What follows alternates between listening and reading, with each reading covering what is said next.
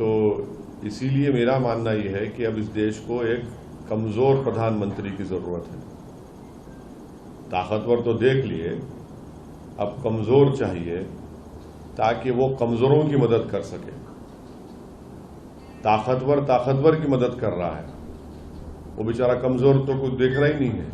तो मेरी ख्वाहिश ये है कि खिचड़ी सरकार बने, क्योंकि गुजरात की खिचड़ी, हैदराबाद की खिचड़ी मुख्तलिफ होती है, यूपी की खिचड़ी मुख्तलिफ होती है।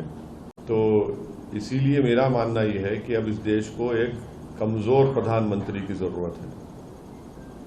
ताकतवर तो देख लिए, अब कमजोर चाहिए ताकि वो कमजोरों की मदद कर सके।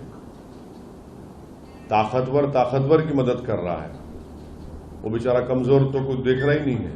तो मेरी ख्वाहिश ये है कि खिचड़ी सरकार बने, क्योंकि गुजरात की खिचड़ी, हैदराबाद की खिचड़ी मुख्तलिफ होती है, यूपी की खिचड़ी मुख्तलिफ होती है।